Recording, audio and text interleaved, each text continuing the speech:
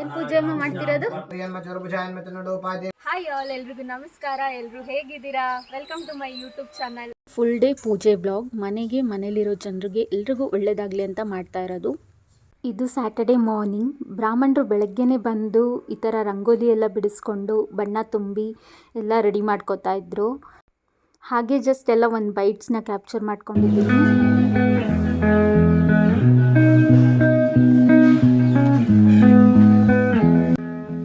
ಪೂಜೆ ಸ್ಟಾರ್ಟ್ ಮಾಡೋಕ್ಕೂ ಮುಂಚೆ ನಮ್ಮ ಕೈಯಲ್ಲಿ ಗಣಪತಿ ಆರಾಧನೆನ ಮಾಡಿಸಿದ್ರು. ನಮ್ಮ ಮನೇಲಿ ಇರೋರು ಎಲ್ಲರೂ ಈ ಥರ ಕುತ್ಕೊಂಡು ಪೂಜೆ ಮಾಡಿ ವರ್ಷಗಳೇ ಕಳೆದೋಗಿತ್ತು ಅನ್ಬೋದು. ನಾವು ಈ ಥರ ಯಾವತ್ತೂ ಮಾಡೇ ಇಲ್ಲ. ಅದೂ ನಮ್ಮ ಹಳೆ ಮನೇಲಿ ಒಂದು 10 ವರ್ಷದಿಂದ ಏನೂ ಒಂದು ಶುಭ ಕಾರ್ಯ ಮಾಡಿಲ್ಲ ಅನ್ನೋ ಒಂದು ಕಾರಣಕ್ಕೋಸ್ಕರ ಹೋಮನೂ ಕೂಡ ಮಾಡಿಸ್ತಾ ಇದ್ವಿ. ಇವತ್ತು ನಾವಿಲ್ಲಿ ಶಾಂತಿ ಹೋಮ, ಮೃತ್ಯುಂಜಯ ಹೋಮ, ಹಾಗೆಯೇ ನಮ್ಮ ಮನೆ ದೇವರು ದುರ್ಗಾದೇವಿಯ ಆರಾಧನೆ ಕೂಡ ಇಟ್ಕೊಂಡಿದ್ದೀವಿ. ಫುಲ್ ಡೇ ಪೂಜೆನೇ ಆಗಿತ್ತು. ತುಂಬ ಥರ ಪೂಜೆಗಳು ಅದೇನೇನೋ ಮಾಡಿಸಿದ್ರು.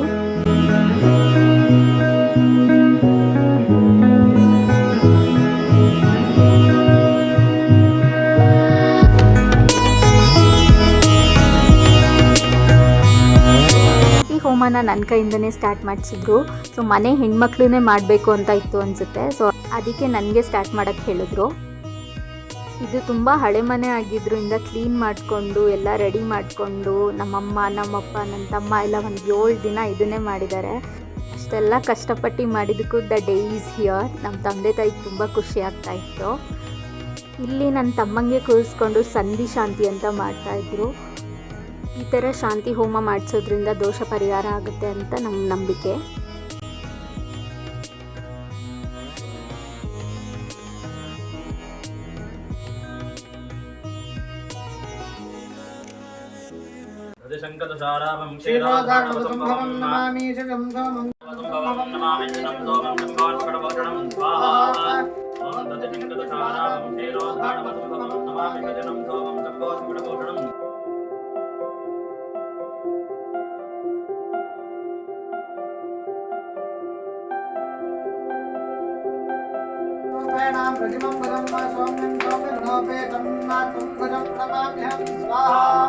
ಈ ಥರ ಹೋಮ ಮಾಡಬೇಕಾದ್ರೆ ಹೋಮದ ಹೊಗೆ ಎಲ್ಲ ಮನೆ ತುಂಬ ತುಂಬಿಕೊಂಡಿತ್ತು. ಸೊ ಅದಕ್ಕೆ ನಾವು ಜುಗಾಡ್ ಮಾಡಿ ಫ್ಯಾನನ್ನ ಎಕ್ಸಾಸ್ಟ್ ಫ್ಯಾನ್ ಆಗಿ ಇಟ್ಟಿದ್ದೀವಿ.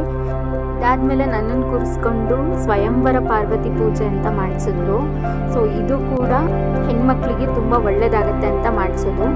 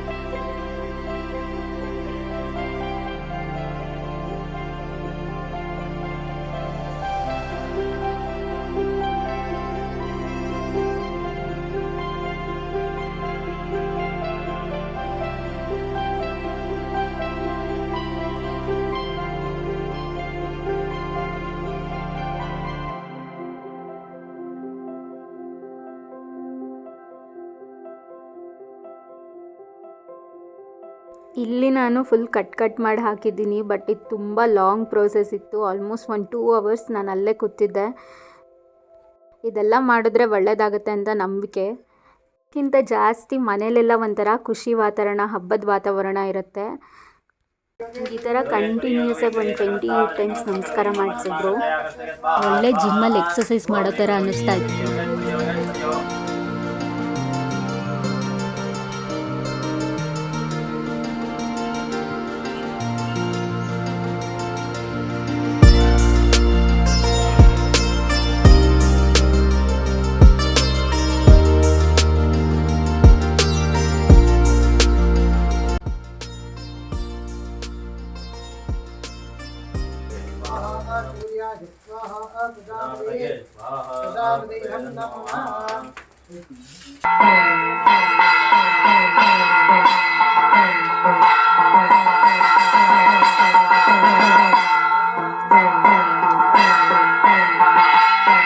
ಎಂಡಿಂಗ್ ಪಾರ್ಟ್ ಆಫ್ ದ ಹೋಮ.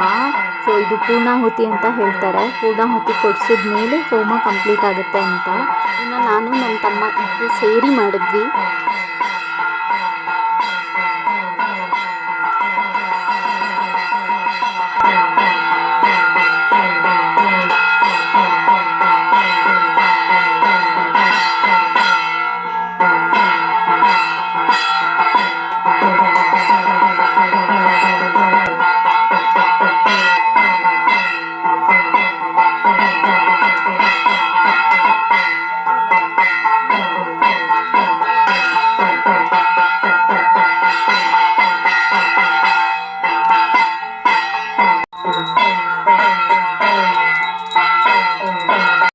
ಈ ಥರ ಕಲಶದ ನೀರನ್ನು ಹಾಕಿದ್ದು ನನಗೆ ಫುಲ್ ಸರ್ಪ್ರೈಸಿಂಗ್ ಪಾರ್ಟ್. ನನಗೆ ಗೊತ್ತೇ ಇರಲಿಲ್ಲ.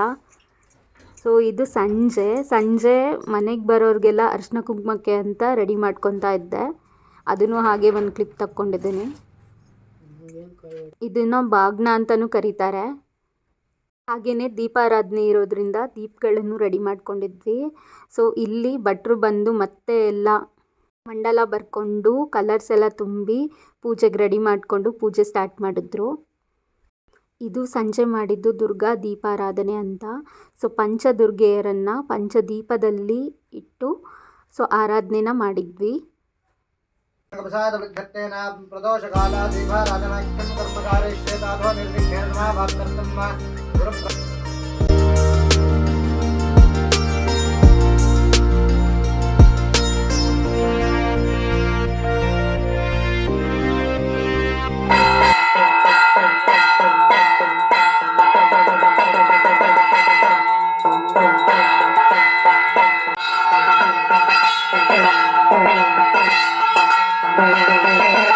ದೀಪಾರಾಧನೆ ಮಾಡಬೇಕಾದ್ರೆ ಮನೆ ಫುಲ್ ಟೆಂಪಲ್ ಅಂತಲೇ ಅನ್ನಿಸ್ತಾ ಇತ್ತು. ನಮ್ಮ ಹಿಂದೂ ಸಂಪ್ರದಾಯ ಎಷ್ಟು ಮೀನಿಂಗ್ಫುಲ್ ಅಲ್ವಾ. ಈ ಥರ ಪೂಜೆ ಎಲ್ಲ ಮಾಡಿಸೋದ್ರಿಂದ ಮನೇಲೂ ಶಾಂತಿ, ನೆಮ್ಮದಿ, ಖುಷಿ ಇರುತ್ತೆ ಅಂತ ನಂಬಿ ನಮ್ಮ ಹಿರಿಯರು ಇದನ್ನೆಲ್ಲ ನಡ್ಸ್ಕೊಂಬಂದಿದ್ದಾರೆ. ಹಾಗೆ ಅದನ್ನು ನಾವು ಕೂಡ ಮುಂದುವರ್ಸ್ಕೊಂಡು ಹೋಗ್ತಾ ಇದ್ದೀವಿ.